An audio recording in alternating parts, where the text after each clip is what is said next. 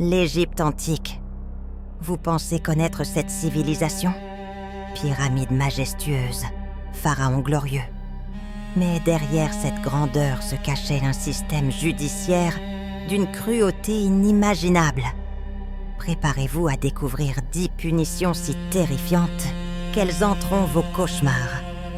Ces châtiments ne détruisaient pas seulement le corps, mais l'âme pour l'éternité. Punition numéro 10, les 100 coups de bâton. La bastonnade des 100 coups. Cette punition standard était appliquée publiquement sur la place du village. 100 coups de bâton méthodiques, comptés un par un. Le supplicié était attaché à un poteau et la foule comptait chaque impact. La plupart ne survivaient pas au-delà du 60e coup. Ceux qui s'en sortaient restaient handicapés à vie. Une petite punition égyptienne qui tuait plus sûrement qu'une épée. Punition numéro 9. L'amputation des mains. L'amputation des mains pour vol. Les Égyptiens avaient une logique implacable. Tu voles avec tes mains, on te les coupe. Mais pas n'importe comment. L'amputation se faisait à vif, sans anesthésie, avec des outils chauffés au rouge pour cautériser les plaies. Le voleur survivait. Pour vivre un enfer permanent. Impossible de travailler, de manger seul, de se défendre. Une mort sociale totale. Dans une société où le travail manuel était vital, punition numéro 8, la privation des droits funéraires. La privation des droits funéraires. Pour les Égyptiens, c'était pire que la mort. Sans momification, sans rituel, l'âme ne pouvait rejoindre l'au-delà. Le condamné était condamné à errer éternellement dans les limbes, dévoré par les démons. Imaginez, votre plus grande terreur n'est pas de mourir, mais de ne jamais pouvoir accéder au paradis. Cette punition brisait psychologiquement les familles entières, qui savaient leurs proches damnés pour l'éternité. Punition numéro 7, la torture des 3 niveaux. La torture méthodique des 3 niveaux. Les Égyptiens avaient codifié la souffrance. Premier niveau, coup de gourdin sur tout le corps. Deuxième niveau, flagellation avec la baguette sacrée, djenen, censée chasser les démons du mensonge. Troisième niveau, torsion des poignets et chevilles jusqu'à ce que les os craquent. Cette méthode progressive déliait généralement la langue des accusés les moins loquaces. Une science de la douleur perfectionnée sur 3000 ans. Punition numéro 6, le suicide forcé pour les nobles. Le suicide forcé pour les nobles. Lors du complot contre Ramsès III, les conspirateurs de haut rang furent abandonnés à eux-mêmes dans la place d'interrogatoire. Comprenez, enfermés avec poison, corde ou poignard. L'alternative, être torturé à mort publiquement. Cette élégante solution préservait l'honneur des familles aristocratiques, tout en garantissant la mort du coupable. Un chantage psychologique raffiné, mourir dignement ou subir l'horreur absolue. Punition numéro 5, la castration pour viol. Les Égyptiens appliquaient la loi du talion avec une précision chirurgicale.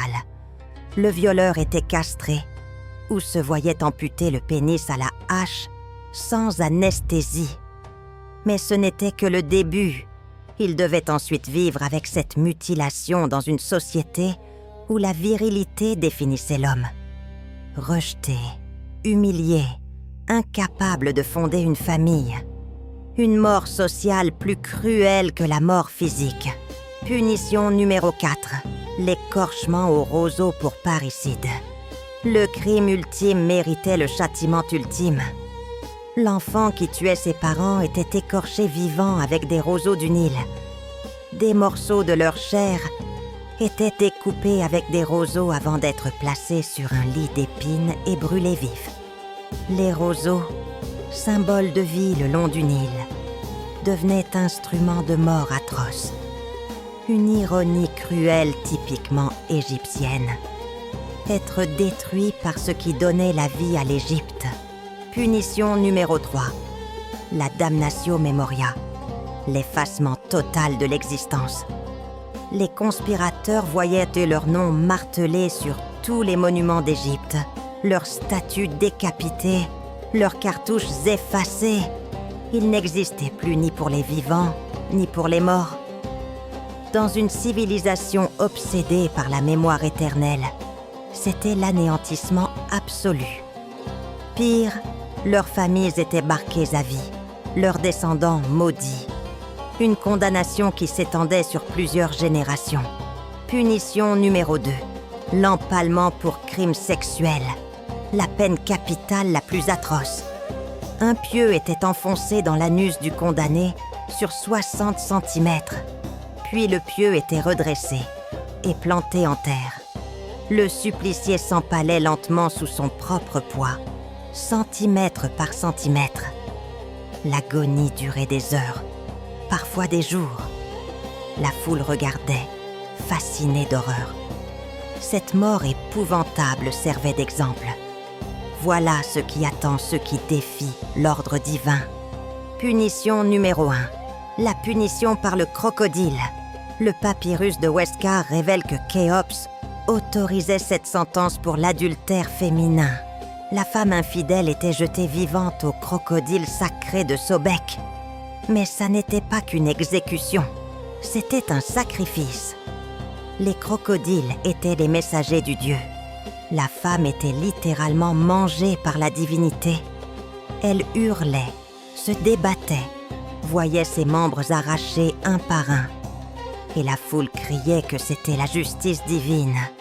L'horreur absolue transformée en spectacle religieux. Et voilà, 10 punitions qui prouvent que l'Égypte antique cachait une face sombre terrifiante. Ces châtiments n'étaient pas de la barbarie, mais de la justice divine. Pour les Égyptiens, torturer le corps et damner l'âme était normal, nécessaire, sacré. Quelle punition vous a le plus choqué?